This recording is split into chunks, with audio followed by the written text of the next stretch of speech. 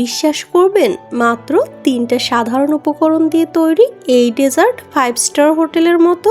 আসসালামু আলাইকুম everyone, welcome back my channel sisters diaries. আজকে আপনাদের সাথে শেয়ার করব ডিম দিয়ে এমন নরম মেঘের মতো ডেজার্ট যা আপনি আগে কখনো ট্রাই করেননি, ফ্লোটিং আইল্যান্ড। চলুন তাহলে শুরু করা যাক। প্রথমে একটা মিক্সিং বলে একটা ডিম নিয়ে নিয়েছি। এবার ডিমের সাদা অংশ থেকে কুসুমটা আলাদা করে নিব।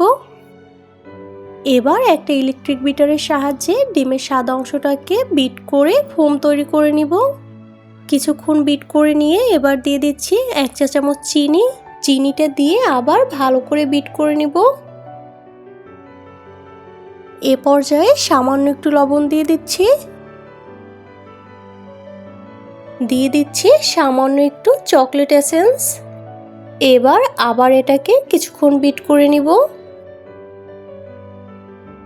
এই যে ডিমের ফোমটা কিন্তু একদম তৈরি হয়ে গেছে।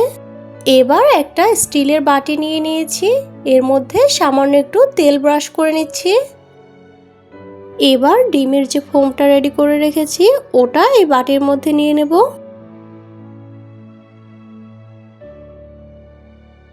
উপর থেকে সুন্দর করে এটাকে সমান করে দিব।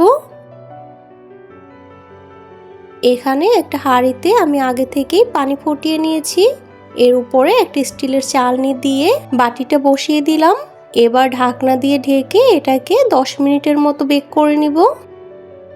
এদিকে আমি আর একটা পাত্রে 250 ml দুধ নিয়ে নিয়েছি। এবার এর মধ্যে দিয়ে দেব 2 চা চামচ ঘি। ঘিটা দিয়ে খুব ভালো করে মিক্সড করে নিব। 2 চা চামচ চিনি দিয়ে দেব।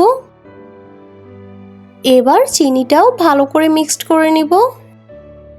লবণ দিয়ে দিচ্ছি সামান্য পরিমাণে, আরও দিচ্ছি সামান্য একটু এলাচ গুঁড়ো।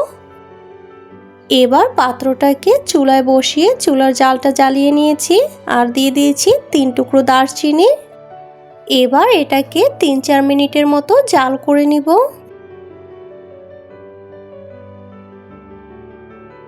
এদিকে কিন্তু ডিমটাও ভাপিয়ে নেওয়া হয়ে গেছে। এবার এটাকে তুলে নেব। চারপাশ থেকে একটা ছুরির সাহায্যে একটু ছাড়িয়ে নেব। এবার এটাকে মোল্ড আউট করে নিচ্ছি। জাল করে নেওয়া দুধটা এবার পাশ থেকে ঢেলে নিব।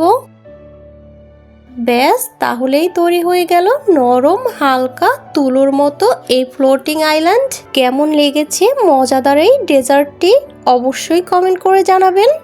আর এরকম মজার আরও রেসিপি পেতে চ্যানেলটি সাবস্ক্রাইব করে থাকতে হবে সিস্টার্স ডায়েরিজের সাথে। আজকের মতো এ পর্যন্ত, আল্লাহ হাফেজ।